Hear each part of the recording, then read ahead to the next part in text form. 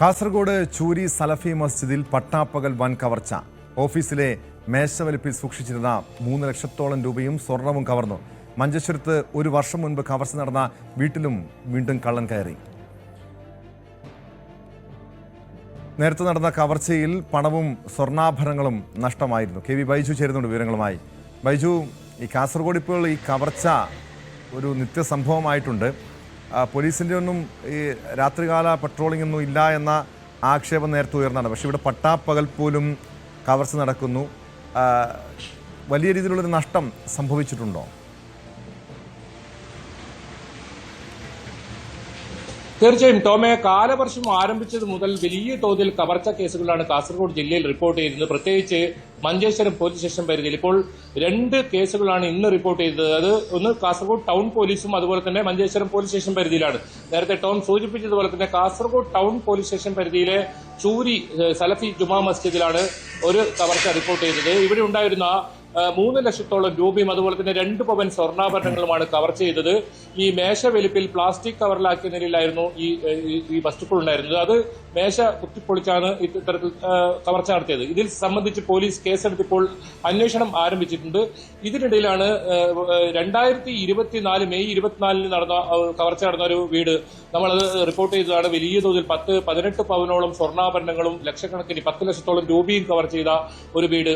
അതേ വീട്ടിൽ തന്നെ വീണ്ടും കള്ളൻ കയറിയിരിക്കുന്നു. അവിടെ നിന്നും ഇലക്ട്രോണിക്സ് ഉപകരണങ്ങൾ, അതോടൊപ്പം ഈ CCTV, അതിന്റെ ഹാർഡ് ഡിസ്ക് ഉൾപ്പെടെ DVR ഉൾപ്പെടെ കൊണ്ടുപോകുന്ന സാഹചര്യമാണ് ഉണ്ടായത്. ഇതിൽ ഈ ഇബ്രാഹിം ഖലീൽ എന്ന് പറയുന്ന ഒരാളുടെ വീട്ടിലാണ് ഇത്തരത്തിൽ കവർച്ച നടന്നത്. ഇദ്ദേഹം നാട്ടിലേക്ക് വിദേശത്ത് നിന്നും തിരിച്ചു വരുന്ന സമയത്ത് ഈ CCTV ദൃശ്യങ്ങൾ നോക്കിക്കൊണ്ടിരിക്കുന്ന സമയത്താണ് ഈ കവർച്ച നടക്കുന്നതായി ശ്രദ്ധയിൽപ്പെട്ടത്. പെട്ടെന്ന് ആ CCTV ക്യാമറ ഓഫ് ആവുന്ന ഒരു സാഹചര്യമാണ് ഉണ്ടായത്. ഏതായാലും ഇതിന്റെ ഇരുനില വീടാണ്. ഇതിന്റെ മുകൾ ഭാഗത്തെ പിറകിലെ വാതിൽ തകർത്ത് അകത്ത് കയറി അലുമാരയൊക്കെ വാരി വലിച്ചിട്ട നിലയിലാണ്. അലുമാരയെല്ലാം ഇത്തരത്തിൽ തെരച്ചിൽ നടത്തി. അവിടെയൊക്കെ കാര്യമായ വസ്തുക്കൾ ഉണ്ടായിരുന്നില്ല. കാരണം ഇവർ നേരത്തെ ഒരു കവർച്ച നടന്നുകൊണ്ട് തന്നെ സ്വർണ്ണാഭരണങ്ങളോ മറ്റോ ഒന്നും ഇവിടെ സൂക്ഷിക്കാറില്ല. പക്ഷേ അവിടെ ഉണ്ടായിരുന്ന ഇലക്ട്രോണിക്സ് ഉപകരണങ്ങൾ മുഴുവൻ കൊണ്ടുപോയി, CCTV കൊണ്ടുപോയി, ഇതിന്റെ DVR കൊണ്ടുപോയി. ഏതായാലും ഈ നേരത്തെ 2024 നേരത്തെ സൂചിപ്പിച്ച വലിയ കവർച്ചയിൽ ഇതുവരെ പ്രതികളെ പിടികൂടാൻ കഴിഞ്ഞിട്ടില്ല എന്നതാണ്. 2 സംഭവങ്ങളിലായി ഇപ്പോൾ ഒരേ വീട്ടിൽ 2 കേസ് രജിസ്റ്റർ ചെയ്യേണ്ട ഒരു സാഹചര്യം, 2 മോഷണവുമായി ബന്ധപ്പെട്ട്. ഏതാനും ദിവസങ്ങൾക്ക് മുൻപ്, അതായത് കാലവർഷ ആരംഭത്തിലാണ് Thrikkaripur police station, Chandera police station പരിധിയിലെ തൃക്കരിപ്പൂരിൽ വലിയ തോതിൽ കവർച്ച ഉണ്ടായത്. മഞ്ചേശ്വരം പോലീസ് സ്റ്റേഷൻ പരിധിയിൽ നിരവധി കവർച്ചാ കേസുകൾ ഇതിനോടകം തന്നെ റിപ്പോർട്ട് ചെയ്തു. ഒരു ഇടവേളയ്ക്ക് ശേഷം വലിയ തോതിൽ കവർച്ചാ കേസുകളാണ് കാസർഗോഡ് ജില്ലയിൽ ഇപ്പോൾ റിപ്പോർട്ട് ചെയ്യുന്നത്. ഇത് പ്രത്യേകിച്ച് സൂചിപ്പിച്ചതുപോലെ ഈ മഴക്കാലമായ പിന്നെ ഈ കവർച്ച എല്ലാ ദിവസവും അവിടെ നടക്കുന്നുണ്ട്. പക്ഷേ ഈ പ്രതികളെ പിടികൂടാൻ കഴിയുന്നുണ്ട്. പലപ്പോഴും ഈ കാസർഗോഡ് അതിർത്തി ജില്ല ആയതുകൊണ്ട് തന്നെ ഈ കവർച്ചയ്ക്ക് ശേഷം അല്ലെങ്കിൽ ഒരു ക്രൈം നടത്തിയ ശേഷം പ്രതികൾ അയൽ സംസ്ഥാനത്തേക്ക്, കർണാടകയിലേക്ക് കടക്കുന്നു. അവരെ പിടികൂടാൻ പോലും കഴിയാത്തൊരവസ്ഥയുണ്ട്. പോലീസിൻ്റെ ഭാഗത്തുനിന്ന് ഒരു ശക്തമായ ഇടപെടലുകൾ ഇതുപോലുള്ള സംഭവങ്ങളിൽ ഉണ്ടാകുന്നില്ലേ?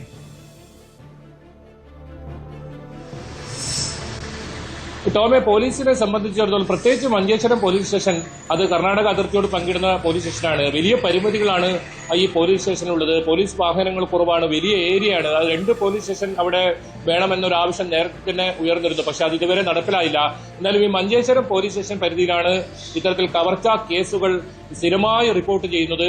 ഇതിപ്പോൾ ഏറ്റവും ഒടുവിലായി പച്ചമ്പള്ളത്തെ ഇബ്രാഹിം ഖലീലിന്റെ വീട്ടിലും ഇത് സമാനമായ അവസ്ഥയാണ്. ഈ കേസിൽ നേരത്തെ സൂചിപ്പിച്ചതുപോലെ തന്നെ 2024 മെയ് 24 നടന്ന ഒരു കവർച്ചയുമായി ബന്ധപ്പെട്ട്, വലിയ കവർച്ചയുമായി ബന്ധപ്പെട്ട് കേസ് രജിസ്റ്റർ ചെയ്തെങ്കിലും വിരലടയാള വിദഗ്ധരും പോലീസ് ലോകം ഒക്കെ എത്തി അന്ന് പരിശോധന നടത്തിയെങ്കിലും അത് നമ്മളൊക്കെ റിപ്പോർട്ട് ചെയ്തതാണ് ആ സമയങ്ങളിൽ. ആ കേസിൽ പ്രതികൾ ഇതുവരെ പിടികൂടാൻ കഴിഞ്ഞിട്ടില്ല. പലപ്പോഴും ടോം സൂചിപ്പിച്ചതുപോലെ തന്നെ ഇത്തരം ക്രിമിനൽ പ്രവർത്തനം നടത്തുന്നവർ, കവർച്ചയായാലും മറ്റ് കേസുകളിൽ പെടുന്നവരും കർണാടകയിലേക്ക് രക്ഷപ്പെടുന്ന ഒരു സാഹചര്യമാണ് പലപ്പോഴും നമ്മൾ കാണാറുള്ളത്. ഏതായാലും പല കേസുകളിലും പോലീസിനെ പ്രതികളെ പിടികൂടാൻ സാധിക്കാറുണ്ടെങ്കിലും ഈ കവർച്ച കേസുകളിൽ ഈ ക്ഷേത്രം കേന്ദ്രീകരിച്ച് ഇതിന്റെ ഭണ്ഡാരം കുത്തിത്തുറക്കൽ, അത്തരത്തിൽ നിരവധി കേസുകളാണ് റിപ്പോർട്ട് ചെയ്യുന്നത്. ഈ സംഭവങ്ങളിൽ CCTV ദൃശ്യങ്ങൾ പലപ്പോഴും ലഭിക്കാറുണ്ട്.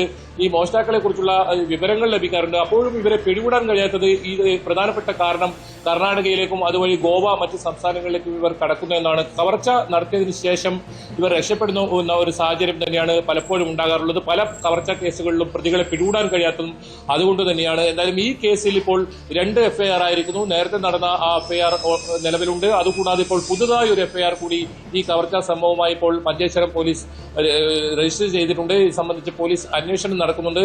പ്രതികളെ കുറിച്ചുള്ള ഈ സമീപ പ്രദേശത്ത് തന്നെ ഉള്ള ആളുകൾ, ഈ വീടുമായി ബന്ധമുള്ള അല്ലെങ്കിൽ വീടുമായി അറിയുന്ന ആളുകളായിരിക്കാം ഈ കവർച്ചയ്ക്ക് പിന്നിൽ എന്നാണ് പോലീസ് സംശയിക്കുന്നത്. കാരണം അത് കൃത്യമായി അതേ വീട്ടിൽ തന്നെ കവർച്ച നടത്തിയതിന് കാരണം അങ്ങനെ ഒരു സംശയം പോലീസ് പറയുന്നുണ്ട്. എന്തായാലും ഇതിലെ CCTV DVR ഉൾപ്പെടെ ഈ കവർച്ചക്കാർ കൊണ്ടുപോയി എന്നതാണ് ഇതിൽ ഗൗരവം വർദ്ധിപ്പിക്കുന്നത്. അത്തരത്തിൽ കൃത്യമായ പ്ലാനിങ്ങോടുകൂടി എത്തി ഈ കവർച്ച നടത്തുന്ന സംഘങ്ങൾ അത് ഈ മേഖലകളിൽ വ്യാപകമാണ്.